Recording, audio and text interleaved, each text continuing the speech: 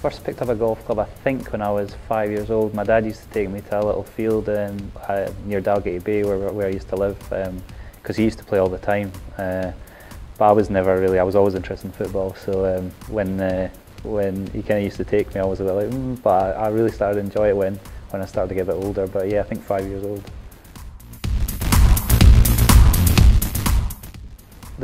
The first kind of little event I ever won was the Leaving Boys Club, the Leaving Boys Open when I was 13.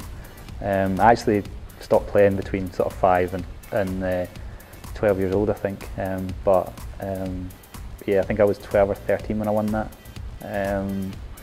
The first sort of major thing I won was the Scottish Youth, Scottish Under-21s, when I was 19 at Crail, which is just a long road from where I used to live. So.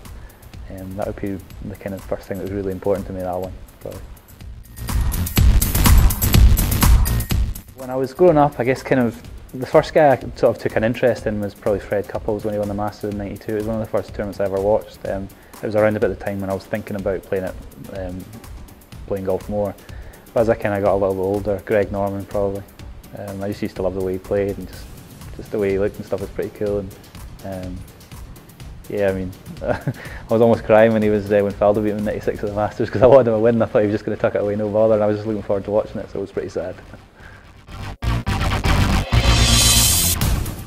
Probably having the Arsenal captain playing, Jack Wilshere. I mean, that'd be pretty cool to have him playing a game of golf. I don't actually know if he plays or not. I'm pretty sure he does. Most of the guys at Arsenal seem to play, so I'd probably pick him. I'd probably pick my favourite actor as well, Matt Damon. I love watching his films. I think he's a great actor. I kind of sort of most liked him from the Bourne series, because those are probably my favourite films. So I'd probably pump for him. And my last one would probably be Nicole Scherzinger. I think she looks great, and I think Lewis Hamilton's a lucky guy.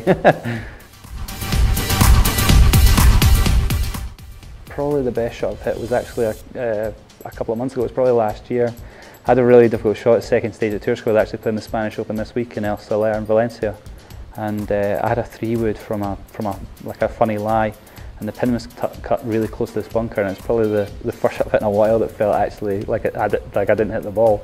It just sort of came off the club, and it nearly went in.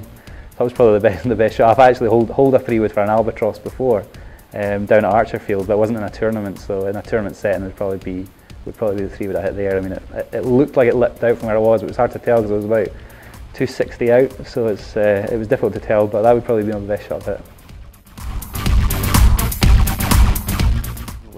I think as an individual I would probably pump for the Open. I just love watching it. I would love playing it more, but just sort of the atmosphere seems really good. I think the British crowds are probably, I would say they're probably the best in the world. So, and it would be nice to kind of, win it somewhere close. It's called the Open Championship for a reason. They have the kind of the best field of the majors. There's a full field, like there's not at the Masters. There's a small field. There's maybe only 70 guys who've got a chance of winning 60, whereas everybody that pitches up at the Open's got a chance of winning. They're the best players in the world. And I think to win the tournament's the biggest one in the world, and also from your originally from your home country, would be pretty cool.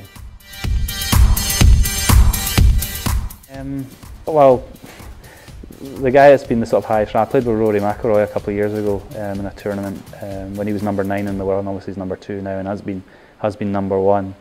But the guy that impressed me most, I played with Eduardo Romero when I was in Argentina, and I remember the crowds, they were like 6 or 7 deep, because he was obviously the best player that had sort of come out of Argentina in years. And I know he must have been 50 by then, because he was talking about going to play in the senior tour. But just the way he controlled his ball was something I've never seen before, and I've never seen it since. So I'd probably go for him in terms of impressiveness anyway. Course I've played. I've played a few. Ocean Forest in Georgia is a pretty good track. I played there about 10 years ago in a tournament. It's where Davis Love plays. It was pretty good. But I played Sawgrass on my 30th birthday, and it was. I'd always wanted to play there just for the last couple of holes, and just having watched it on TV, it's always my favourite. It's always my favourite tournament on the other side of the pond, as the guys call it. So maybe Sawgrass or Ocean Forest. a couple of years ago when we were playing, there was a few spectators coming out, and one of the guys I was playing with hit this drive, and it was actually heading towards the spectators. And we got up there, and the guy said it hit him in the stomach, and we couldn't find it. And then after a couple of minutes, the guy put his hand in his pocket and was like, "Oh, it's in my pocket," and like threw it up in the air. So that would probably be. I can't think of many funny instances because it's quite serious normally, but that's maybe one of them.